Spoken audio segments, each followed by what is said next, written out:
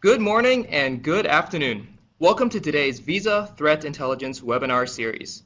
Today's topic will be point-of-sale threats. My name is Wenhai, and I'm a member of Visa's Risk Products team and will be helping moderate today's event. First of all, I want to remind you that all information in this webinar is for informational purposes only and should not be relied upon for operational, marketing, legal, or any other advice. The speakers for today's webinar are Fred Liu and Kevin Thompson. Fred Liu is a Senior Director in Visa's Risk Products team. He has 10 years of experience in developing and bringing new risk products to Visa's clients. Kevin Thompson is a Threat Analyst at FireEye. He educates FireEye customers and partners on the latest cyber threats to their infrastructure. Before joining FireEye, Kevin worked as a cyber analyst for the Central Intelligence Agency in Washington, D.C., where some of his work has appeared in presidential daily briefings. So without further ado, I'd like to invite Kevin to the webinar. Kevin? Good morning, everyone. Good morning and good afternoon. Thank you all for attending this webinar. So those of you who have attended the previous webinars, we focus more specifically on an individual organization or an individual industry. So we did some retail threats, some hospitality threats, and for those webinars, we were really talking about some of the specific threats that we're seeing targeting those industries. So the underlying similarity between some of those other industries that we had been talking about being targeted was the use of point-of-sale systems and the point-of-sale malware targeting those organizations. So in those previous webinars, we kind of gave a high-level overview of some of the point-of-sale threats that we were seeing when they were talking specifically about those industries. So for this webinar, we'd like to dive a little bit deeper into specific threats against point-of-sale systems, regardless of the industry that they're in, and also some ways that you can identify attacks or threats against point-of-sale systems, and along with some of the best practices or some common suggestions on ways to defend against your point-of-sale systems, but also defend against your networks. So we'll kick off into some of the threats that we're seeing. So as Wenhai had said, so I've been with FireEye for around 4 years, and the interesting thing about that time is when I first started, the discussion with a lot of organizations, whether it was CISOs or whether it was threat analysts or SOC users, was the idea of this threat intelligence. When it first started, the discussions were, well, what is threat intelligence? Why is it valuable? How do I use it in my organization? And why should I care about what it is? Well, as the years have gone on, this word threat intelligence has become more of a buzzword. And now we get into discussions with organizations that are almost at a buyer's remorse point, where they've purchased some sort of intel, whether it's a feed or a portal or a discussion or a group that they're a part of, and they're really disappointed in the outcome or the information that they're getting from their threat intelligence. And there's really two reasons that we found that this happens. So the first reason is a lot of organizations were buying threat intelligence that was really based on a tools-based approach, meaning some information about some tool that an attacker was using, and that information about that tool, maybe an IP address or a domain or a signature about that tool, was getting fed into their security posture, into their security tools. And it really didn't give any context around that tool. It was really focusing specifically on that individual tool. And another reason is when organizations believed that they were getting threat intelligence, instead they were getting just raw data. And this raw data was really missing the threats that were mattered. Some of the information that they were getting was either too broad, it wasn't relevant for their industry, or the information they were getting was out of date. The domains or the IP addresses that they were getting were used 3, 4, 5, 6, maybe 7 months ago by attackers and are no longer relevant. And after time, the amount of raw data and this raw information or this tools-based information they were getting was becoming part of the problem. Organizations that had 100 or 200 alerts today, after they started feeding this raw data into their security posture, they're now responding to 300, 400, 500 alerts a day, and they're really missing that context. So during this webinar, we want to talk specifically about some of the actors, some of the techniques that they're using, and not specifically just the ones and zeros about the tools, how to identify this tool or a callback that this particular tool uses. We really want to cover all the different aspects of threat intelligence that's highly curated and defined towards specific organizations or specific types of attacks. In this instance, point of sale attacks because we really want to right size that problem. If you're dealing with 100 or 200 alerts a day on your security tool, and if we can give some intelligence about these are specifically attacks that target point of sale systems and this is how to recognize them. Now, if you see any of these attacks in your security tools, you can now prioritize and say, these are the attacks that we need to focus on first. There's some context around this. I've seen this before. I know this is something that's contextual or tailored towards my organization. So we really want to get away from the idea of a tools-based intelligence or just a raw data dump when we come into these discussions and have it more about threat intelligence on the specific threats that we see targeting point of sale systems in the industry today. So before we get into specific attacks about point of sale, I think it's worthwhile to take a step back and sort of look at a macro view of all the different attacks that we're seeing at a particular point in time. So FireEye released our M-Trends report about all the different incident response engagements we had done over the last year. And some of the interesting stats that we had seen is that the median numbers of days from initial infection until discovery was 146 days. Now that number has decreased from previous years. You can see of 205 days and 229 days all the way back to 416 days. But still, 146 days is still an extremely long amount of time for attackers to have access to your network. So remember that number as we're walking through some of the attacks that we're seeing, and think about how quick some of these attacks are going on and how quickly some of this access these attackers are getting. And then think about, imagine if they had access to these networks for 146 days, which is the median number of days from initial infection to discovery. So I thought that was the first interesting stat from a macro perspective. And the second one is that we were seeing is the amount of internal detections of these intrusions or these attacks versus the external notification. So what we saw in 2015 is these attacks were being identified internally, roughly around 46 to 47% of the time. So the majority of the attacks are still being identified externally, meaning the FBI, Secret Service, a bank, a security company, investigative journalists like Brian Krebs are the ones identifying these breaches or identifying these attacks, and they're not being identified by the internal IT department. And this is one of the reasons why I also believe that a tools-based approach for intelligence doesn't work. So if there's an attack on your organization that doesn't fall in line with one of the tools as being highlighted in your tools-based intelligence approach, it's not going to be identified by the internal team, and an external team are most likely going to be the ones that identify the breach and forward that information along to your organization. So it was interesting to see, while more breaches are being identified internally, there's still a large amount that are being identified externally as well. And the third sort of stats that we saw from looking at all the breaches in the last year is the days that organizations were receiving these malicious phishing emails that we're going to talk about in a minute. So the majority of the malicious emails that we had seen were coming into organizations on a Wednesday. Now, I know you think, well, a lot of good this does me with the webinar on Thursday, but anyway, so we're seeing majority, around 89% of the phishing email attacks that we see were targeting organizations on Wednesday, coming in Tuesday, Wednesday, Thursday, Friday, and then really dropping off towards the end of that week. And the phishing themes that we were seeing targeting organization were things like current events, trying to get people to open up these emails, delivery notification, delivery packages notification, individual documents. But around 36% of the phishing themes that we had seen targeting organization had either some sort of IT or some security component involved with it, meaning the emails were either coming in targeting the IT department or they were appearing as if they were coming from the IT department. So trying to make it look like they're sending out to the end users, making it look like it's coming from the IT department so the end users are more likely to open up those emails.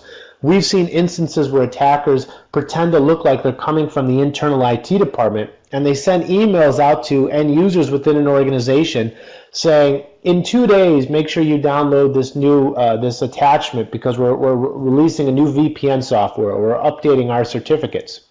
And 2 days later, the attackers send out another email, making it look like it's coming from the internal IT department with an attachment this time. And it looks like an attachment, a new VPN software or a new security certificate. The end users believe it's coming from the IT department, so they open it up, and now the attackers have a backdoor into their system. So it was interesting to see that some of the themes that we were seeing, almost 40% of the type of attacks that we had seen coming from phishing attacks targeting organization had either some sort of IT or some sort of security component involved with those malicious emails. So again, taking a macro approach to some of the threats that we're seeing, when we talk to any organization, regardless of what industry that they're in, whether it's retail or hospitality, and again, regardless if they're a C-level or a CISO or an executive, or they're an analyst who's day-to-day looking at threats or day-to-day looking at malicious attacks on their network, there's really three main questions that every organization asks when they want to know what the threats are facing their organization. Those three questions are, first off, how are attackers getting access into our network? And then once they have access, how are attackers keeping that access or maintaining that access within our network? And then lastly, why me? What are they going after? What are some of the goals of these attackers? So we'll talk about each of these sort of from a macro view, and then we'll dive specifically into the point of sale aspect of each one of these areas. So from the first perspective, the type of attacks that we're seeing, there's really two main ways that we see attackers get access to almost all of the networks that we see compromised. Should be no real surprise, these two main ways that we see are web attacks and email-based attacks. Now the web-based attacks, we see more targeted websites, so not necessarily just CNN.com is infected. Anyone visiting that page is getting infected. Although we do see that through malicious advertisements of more well-known websites being targeted. But for the targeted attacks, we normally see things like conference websites being infected. So anyone who's a part of or a sponsor or an attendee of that conference becoming infected because it's about a specific topic that the attackers are trying to get information about. Or we see things like companies outsource their HR or they outsource part of their IT, and those outsourcing companies' websites becoming infected. So when those organizations go to visit those websites about their IT or about their HR, they're becoming infected that way. Or we see embassy websites get infected about people wanting to learn about more information about those countries or about getting visas to that country. So the targeted websites are specifically something that their end users or their victims were going to go to, whether it's a conference or an organization, and then infecting those websites so the attackers can tailor the attacks and tailor who their victims are a little bit more specifically. And then when it comes to email-based attacks, we're seeing an increase in the last 4 to 6 months of malicious macros coming in emails. So emails coming in and having an attachment, whether that's a Word or an Excel file attached to it. And when the end users open up that Word or they open up that PowerPoint or that Excel document, there's a pop-up that says your macros need to be run for the rest of the content to be seen. And end users click on that OK, that they allow the macros to be run. And at that point, sometimes there's a pop-up asking the end user to put their credentials in. The end user puts their credentials in, and that information is sent off to the attackers. Or by clicking OK on that macro, the malware or the Word document can begin to call out to a command and control infrastructure, or can begin to download additional tools. So we're seeing an increase in the email attachments that come in that have malicious macros as sort of the vector, the way that they're downloading additional tools. And just a breakdown of some of the different industries, and you can see on how much of a scale that we're seeing sort of email-based attacks. At one particular point in time, we had seen retail organizations, around 97% of the attacks that we had seen had some sort of email component. Healthcare, similar, was around 97%, and finance as well had around 98% of the attacks. So the main ways that we're seeing organizations being targeted is either by targeted websites with malicious advertisements, or malicious emails coming in, and we're seeing a trend in those malicious emails having macros embedded in those emails. So once the attackers are getting access or getting access to a network, they're maintaining that access in a couple of interesting ways. The first thing that we had seen of all the compromised machines that we had identified through our incident response within the last 2 years, only around 50% of them actually had malware, actually had malicious tools on those compromised endpoints. Another reason is if you're using a tools-based intelligence approach, you're likely missing around half of the infections in your network. So if an attacker infects a computer A and they're using malware on computer A, but then they move to computer B, C, and D by using legitimate credentials, or they're using some Windows command lines or traditional admin type tools, doing sort of a tools-based approach, you're only seeing that infection on computer A, and you're missing the attackers have moved to computer B, C, and D. So we've only seen around malware on around 50% of the compromised machines that we had identified in the last 2 years. And the way that the attackers are staying hidden is by using legitimate VPN credentials. They're trying to get around single factor, getting around bad two-factor authentication, trying to get pins and getting passwords, trying to guess these passwords, and trying to look like legitimate users by going after VPN access and maybe logging the keystrokes or what the end users are typing onto the system so they can log in a VPN and look like a legitimate user. And some of the other ways that they're keeping access by using these legitimate VPN credentials is every so often organizations have, if they have two-factor authentication, they're using VPN access. If someone forgot their password, forgot their token, or they want to get into their computer right away, maybe a CEO is traveling overseas, they don't have time, they forgot their password, they forgot their two-factor authentication, the IT department can go in and create these emergency access tokens. It sends a one-time code over to the end user can use that token to log in. Well, the problem that we're seeing is sometimes organizations are not setting an expiration date on these emergency tokens. So these attackers can use these emergency tokens that were used, sent maybe weeks, maybe months ago, and using that as a way to get around two-factor authentication. So if you're using emergency access tokens, make sure that you're putting a specific expiration date and not putting a no expiration date so attackers can't use that at a later time. So again, trying to look like legitimate end users by logging in via the VPN.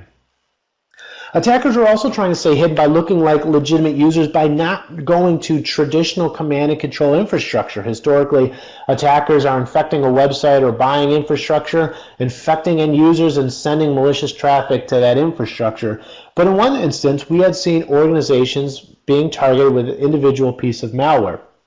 And this malware is actually calling out to a Twitter site or a Twitter handle. And these attackers had gone in and set up a variety of looks like benign Twitter handles. And inside each one of those handles, they were doing individual postings of sort of spamish or gobbledygook type text. So it didn't look like anything, but actually when the malware is calling out to these Twitter users, that gobbledygook is actually encoded information for where the malware should go next or other instructions for the attackers. So if you're a network admin, you're trying to find malicious network activity within your network, you're seeing an end user go to Twitter, maybe an end user go to Facebook, or an end user going to a variety of other social networking sites. So it looks like legitimate user activity, but it's actually the malware looking for additional command and control information and looking for additional instructions. So another one of the ways that attackers are trying to hide in that noise and look like legitimate users. So attackers are getting access to networks via web, via email. They're maintaining that access by trying to look like legitimate end users by using VPN access or having their malware call out to reputable known sites so it looks like legitimate end user access. So the third part organizations ask is, why me? So why am I being targeted? What's some of the things that attackers can gain by targeting my organization? And this is where we'll dive a little bit more into the specific point of sale type of attacks and the reasons why we see these and the attacks that come from these. So when we see point of sale attacks, it should come as no surprise that the attackers are coming from a criminal component and more of a cybercrime perspective. It's interesting to look at cybercrime when it comes to the sheer amount of attacks we see targeted or tailored towards cybercrime when you compare that to a relatively smaller number of espionage or hacktivists or sort of insider attack type of attacks. So from the cybercrime perspective, this is by far the most prevalent type of cyber activities we see. So we just take a sort of a sample size of this. We're actively monitoring command and control of about 100 different crimeware families, so variation of individual crimeware tools at any one particular time. And we're monitoring command and control communications of around 10 million different IP addresses every week. So to give sort of an idea of the scale of the cybercrime attacks that we're seeing in any one particular week. And the vast majority of the attacks that we see coming from criminals are opportunistic, isolated, compromised, sort of a smash and grab, turning the door handles to see which one of the doors are unlocked, looking to see what's immediately available, But that opportunism can lead to targeted attacks. We don't often see attackers, when it comes to point of sale systems, look specifically at targeting an individual organization. We mostly see them try and target multiple organizations and look for the low-hanging fruit on the ones that they have the best amount of chance of getting the credit card information, or targeting specifically the point of sale system. So while the vast majority of the attacks that we see are opportunistic, we do see a subset that is more targeted, going after specific organizations or specific point of sale type systems. We see them doing a sort of a lateral movement, want to be able to move specifically through a lateral, doing capable tools using their custom built tools. While that subset is smaller, we do see that targeting some organizations as well. So it's important, when we look at this sort of ecosystem of attacks, it's important to have an understanding of what the cybercrime ecosystem includes, from these underground forums to the malware that's being used and the services that use them, to have a full understanding of what attackers are using to target these point of sale systems. So looking at this ecosystem, there's both a buyers and a seller to areas of AV testing, making sure their malware is getting around the latest antivirus, crypting or unpacking their malware so it's not able to be detected on individuals purchasing and selling and buying hosting infrastructure, but also exploit kits so they can infect those websites that drive end users to those websites to get infected. They're also buying and selling credit card numbers, personally identifiable information, individual credentials, and skimmers and hardware as well. So it's important to have an understanding of the cybercrime ecosystem and this market of cybercrime, because that knowledge is vital to stay ahead of publicly known threats, to allow us to understand where the attackers are going next and what those attackers' goals are and what sort of information we anticipate they're going to be using in the future.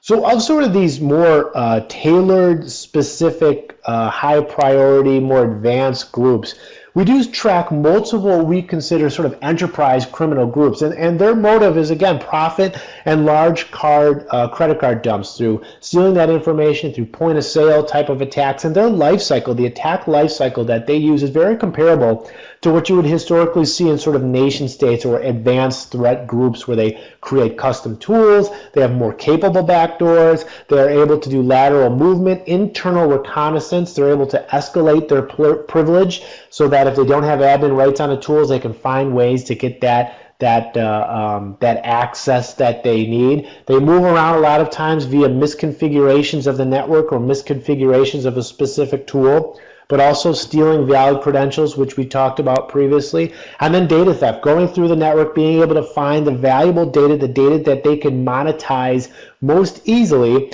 look for a single staging point so they can send that information out, and then covert data extraction. So it's interesting to see how these enterprise criminal groups are evolving and becoming almost very similar to what we had historically seeing nation state or advanced threat groups doing in their sort of life cycle of attacks.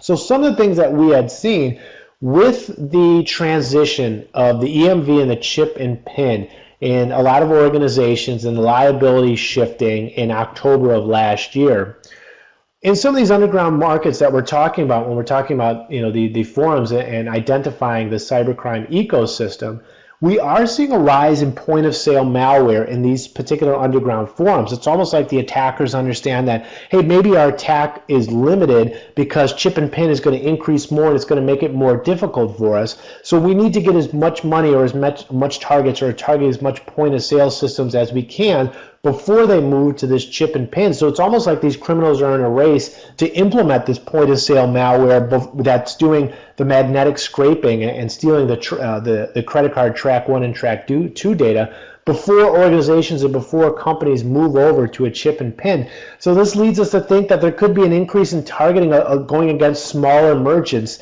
as it takes a while for some of these organizations to roll out chip and pin. But it's interesting to see sort of these attack groups getting interested in the point of sale malware and sort of the rise of magnetic scraping malware and sort of trying to beat the clock against a point of sale. So historically, the point of sale type malware that we had seen has been active since around 2009. And for the most part, they're looking at the authorization data that's a lot of times temporarily stored in clear text on the point of sale system held within memory. And the reason why they're attacking this memory space is because this is really the easiest path where they can get this decrypted credit card information from these point of sale systems. So we see a lot of RAM scraping or memory scraping, generally looking at logic so they can identify the track 1 and track 2 data and steal that information before it's encrypted. And then they're taking this information, taking it out of memory. As it's being passed throughout a system, they're taking that up and storing that somewhere onto the network, onto the system itself, or somewhere else on the network, taking that captured information and sending that information off and being able to get that clear text information while it's still stored in memory before it's stored elsewhere on the system in a database or somewhere on a server, and it's where it becomes encrypted. So they're trying to get it before that information becomes encrypted. And a lot of times the best way for them to do that is to go and specifically look for information within the memory of the point of sale system. So we have been involved from the Mandiant FireEye side on some of the consultings in a large number of major breaches in a retail organization where point of sale malware was used to steal information. And the interesting thing that we saw is around 70% of the breaches that we were involved with, there was a compromise of remote access credentials, meaning third-party vendor, a contractor, someone was getting their third-party credentials being compromised, and the end users the attackers were logging in via those third-party credentials or those remote access credentials and being able to do what they need and steal information from the point of sale system and add tools to the point of sales system through that compromise of the remote access credentials.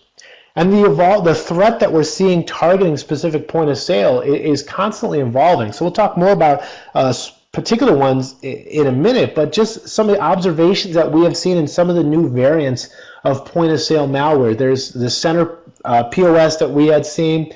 It has a configuration file, so now they can change the command and control of the infrastructure that they're sending the stolen information out to. So it's not a static IP address or a static domain. They can constantly change where they're sending this stolen information to. So again, it makes it difficult if you have a single IP address or a single domain that you believe the information is going to, they can change that information up to make it difficult to be able to identify that on your network. We also see malware that's being delivered via exploit kits, but also coming in via phishing emails, so a variety of ways that they're sending and getting access to these networks and using these point of sale systems.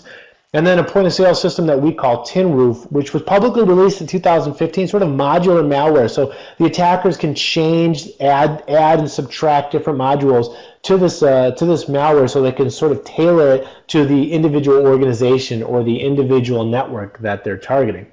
And on some of these forums, we have seen EMV chip software that was on sale.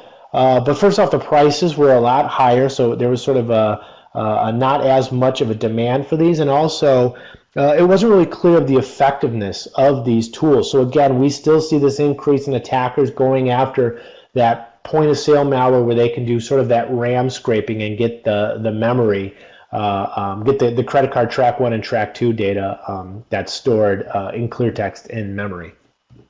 So there's really a couple of ways that we see attackers get access to the point of sale systems. The first way that we see is from spear phishing. We have seen one instances where attackers were targeting organizations by sending these malicious emails that had attachments, and the attachments were saying, I'm having a problem with my point of sale terminal to the point of sale manufacturers, or saying here's a purchase that I made, or here's a receipt that I made, or I'm having trouble with customer service. Can you please open up the attachments and help me solve this problem?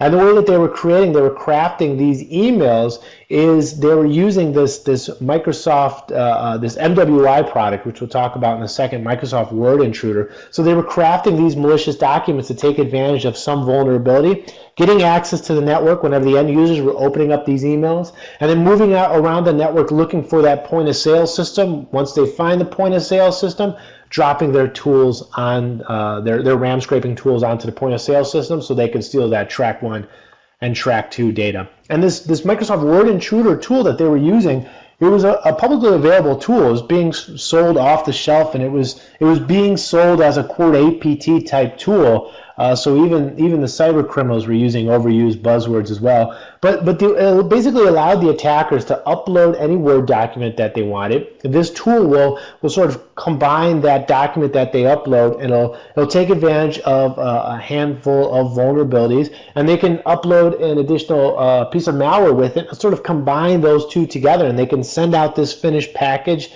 to any organization that they're trying to target. And when the end user opens up that Word document, it gives the end user, or it gives the attacker, access to save passwords on there, remote access into that individual computer. It can log the individual keystrokes so they can get the login and password either to the point of sale system or the end user's computer, and they can start moving throughout the network looking for those point of sale systems and then begin to drop their tools on there. So email is one of the ways that we had seen attackers getting access to point of sale systems. The second way that we had seen is there's one particular group that we had seen targeting point of sale systems, but we believe that they purchased access to organizations that were already infected. So what we mean by this is we believe that there's organizations, again, going back to that ecosystem, some attackers, some criminal had gone out and sent out, hundreds or thousands or millions of spam messages, or they infected specific websites, and they had gotten X amount of end users to open up those emails or to go to a specific website, and they were getting infected. So these attackers, now they had a group of different IP addresses from different organizations that they had targeted, and they had taken that bulk amount of information and gone to some of these underground forums and attempted to sell those. So one of these financially motivated criminals specifically purchased access to retail organizations or IP addresses that look like point of sale systems, or to hotel organizations. And so once they purchased that backdoor access into those networks, then they could drop their more customizable tools or go specifically at the point of sale system. So they weren't involved in the initial infection vector. They were buying access from other attackers who had access to those individual networks, and then were dropping their tools on there after the fact. So they were able to go after the point of sale system by going in by something that had already been purchased or already been attacked by an additional criminal. And then the third way that we had seen, that we had publicly blogged about, is this sort of brute force password guessing. These attackers had gone out and they had set up a botnet of a variety of thousands of different machines, again through spear phishing or through spam, and getting these malicious attacks onto end user systems. And then they were using those end users as a botnet. And you can see on the pie chart there where those individual computers were located. And they were basically just trying to brute force remote desktop access, or brute force any point of sale systems that they saw that were internet facing. So you can see on that chart there, it's a little bit tough to see, but some of the usernames and passwords, they were just brute forcing, trying to get access to remote access, and then also to point of sale systems. So if their botnet that they were using around 5,000 machines through this simple just brute forcing password guessing of login systems and point of sale systems, they were able to acquire access to around 60 different point of sale systems in just 2 weeks that we were monitoring them. So just by simple guessing admin or admin client or admin POS system, they were able to get access to 60 different systems just in 2 weeks alone.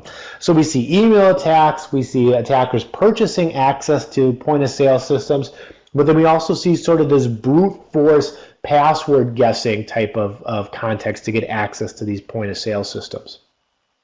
So then once the attackers get on there, they drop a variety of different point of sale type malware. And this is the information that I took from our Visa Threat Intelligence, or our intelligence portal where we monitor all these different point of sale attacks and the different point of sale malware. But you can see the variety of different types of attacks that we see. And you can see just about all of them have that RAM scraping ability to be able to pull credit card information from memory. And then also a good amount of them have key logging, so they can identify if people's remotely logging in or if they're using login and passwords. Just about all of them have an exfiltration, so they can send data out, whether that's FTP or whether that's through the internet or whether that's through a variety of other ways. There's the exfiltration of that stolen data. And a lot of these have persistence mechanisms, meaning if the point of sale system is rebooted or taken offline, these malwares will stay on the system. They're not just in memory. They don't get wiped off if there's a reboot. And a good majority of them also use encryption. Some of it's homegrown, some of it's more advanced, some of it's very amateur type of encryption. But so this is a snapshot of some of the different type of point of sale malware that we're monitoring on our Visa Threat Intelligence. So just to give a snapshot on the amount and the variety of different point of sale systems that we're monitoring at any one particular time. So some warning signs, if you're monitoring a point of sale system, some of the things that can identify if there's an attack ongoing. Things like, are there unexplained remote logins from the point of sale system? Is it normal for a user to log in at 3 o'clock in the morning? Maybe it is in your environment. Maybe that's when you do maintenance. But if it's not, this is something ideally, obviously that should be looked at a little bit further if this is not normal within your organization. Is there any sort of unknown or unexplained web traffic going to or leaving the point of sale system that doesn't look like it should be going on at that time? Another instance of something that should be identified. Are there any new or unexplained executables on the point of sale system? Some examples of some of the malware we had seen in some of the executable names that they had used. Are you seeing new executables or new registry keys added to the point of sale system that you haven't seen before? There's really no good reason for that information to be on a point of sale system. Should set off those warning signs that this is something we need to look at. Maybe there's a point of sale malware on the system that we're monitoring. So some warning signs of things that we had seen in the past to identify things that maybe you need to take a little bit more of a deeper dive on when it comes to looking at your point of sale system. So some of the recommendations that we offer to keep the point of sale systems safe, first off, ensuring that all the point of sale, whether it's vendors or the resellers or the integrators, whether they're using sufficient measures to prevent attacks, number one, against their organization, but also that they're not that people can't target their organization to get access to your point of sale systems, to make sure they're preventing unauthorized access. Making sure that the payment process environment is configured correctly and maintained in accordance with PCI, making sure it's not a flat network, making sure you're having the correct firewall rules. If you do have remote connectivity, make sure it's only enabled when needed. Make sure you're monitoring known IP addresses that are coming in. Make sure your support provider or the POS vendor uses a unique username and password. Make sure they're using two-factor authentication. Making sure you're update on the latest security passage, and making plans to migrate from either outdated or unsupported operating systems within your point of sale system. And then also, if you're doing some remote access, make sure that you're logging that. So making sure you're able to identify how are people remotely accessing the point of sale system, when are they accessing it, are you examining those logs regularly, making sure you're not using default or easy to guess password. If you can use two-factor authentication, always use it as much as you can. If remote access is required from your integrator or the maintenance group, insist that they're using two-factor authentication as well, so that again you can get around that brute forcing or just guessing bad passwords. And then when we take a step back and look at protecting against a network as a whole, some of the things you could do. Better protection against malware, being able to identify those malicious emails that are coming in, or being able to identify those malicious websites that your end users might be going to, using some sandbox technology, making that lateral movement harder, so if an end user does get compromised, making it more difficult for the attacker to go to different parts of the network, different servers or different point of sale systems, unique admin passwords, two-factor authentication, making it difficult for attackers to move laterally throughout the network. And then some things, God forbid, if there is a breach, making incident response easier. So doing asset management. Do you know where all your endpoints are? Do you know how the internet is coming in, your egress points? Do you know what operating systems are out there, what versions, what patches you're using? Also, are you logging, sort of what we had talked about, the access to the point of sale system? Is there a centralized log management so you can see operating system logs, VPN logs, point of sale logs, so you can, if there is an incident response, you can have that single place where the IR team can go to be able to have an understanding of what's going on within their network. But then also large-scale packet capture. Are you able to see if any data has left the network?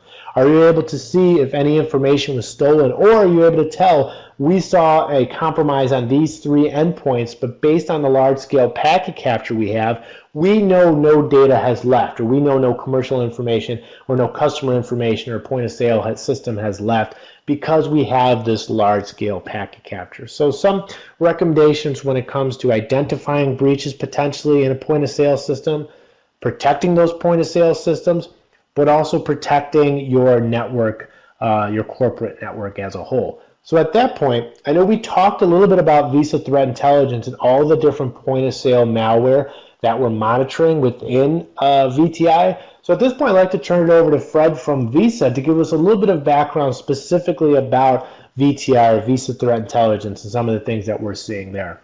Fred? All right, thanks so much. Well, Kevin, you definitely gave us a lot of things to think about. So I did want to take a step back and just summarize some of the key trends that he had touched upon, just to kind of reframe the problem we're trying to solve. And to do that, we took some key statistics out of that M Trends report that Kevin mentioned. And I think they kind of paint a picture that outlines our challenge. So in general, we saw that it takes an average of just 3 days for an attacker to gain access to a target system, right? Through all those various attack vectors that Kevin laid out, just 3 days. Then once they're in, it does take 146 days before the average breach is detected.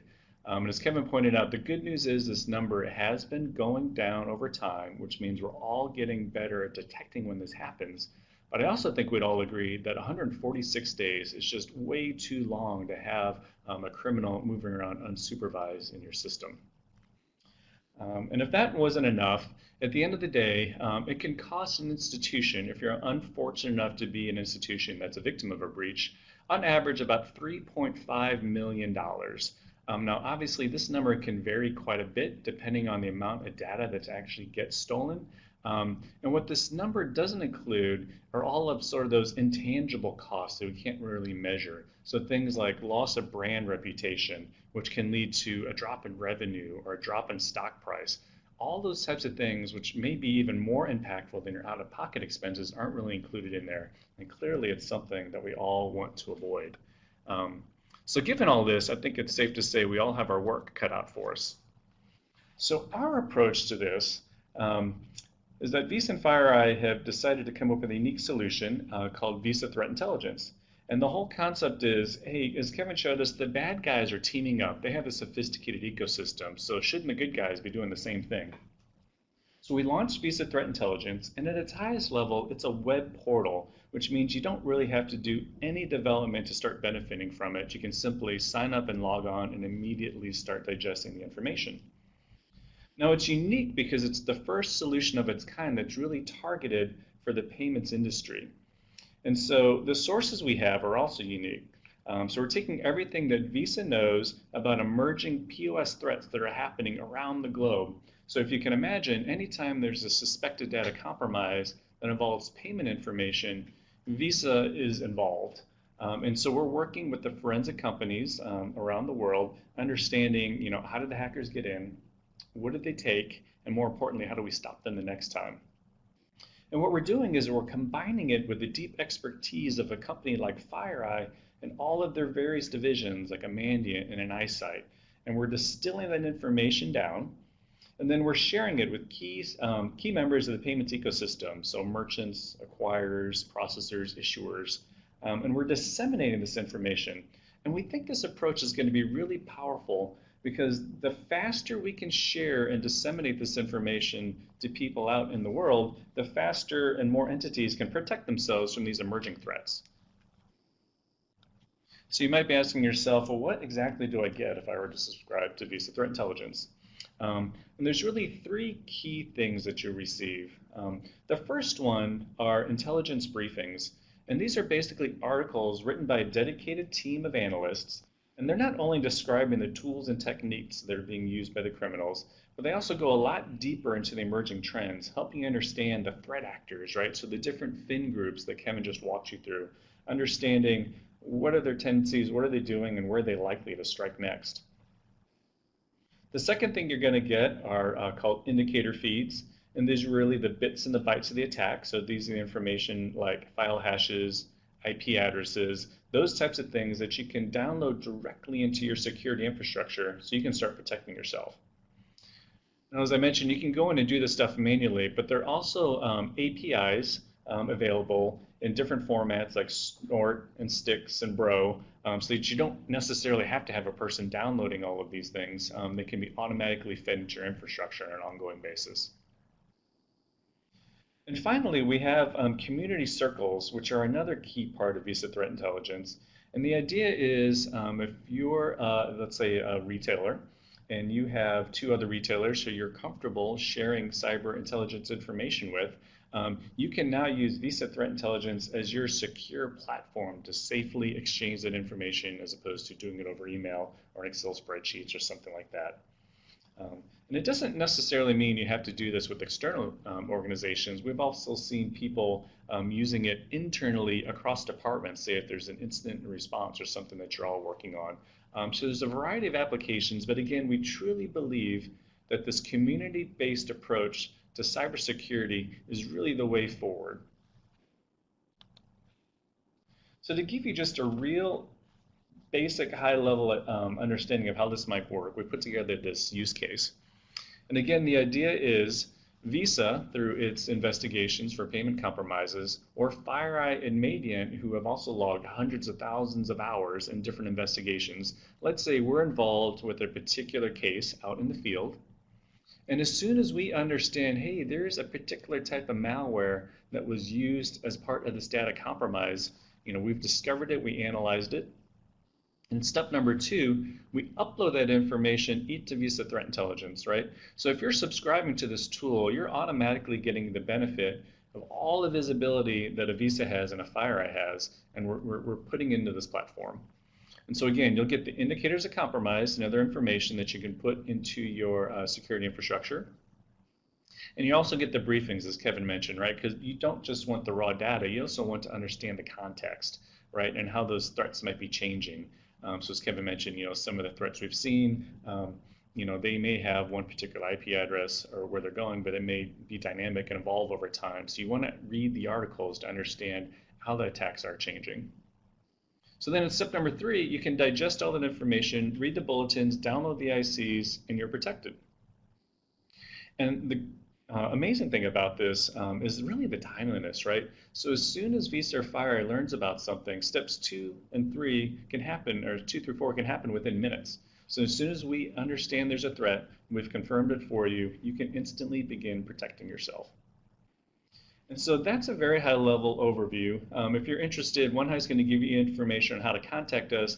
We'd love to do sort of a deep dive, walk you through a demo, share some intelligence with you so you can really see the power of what we're delivering.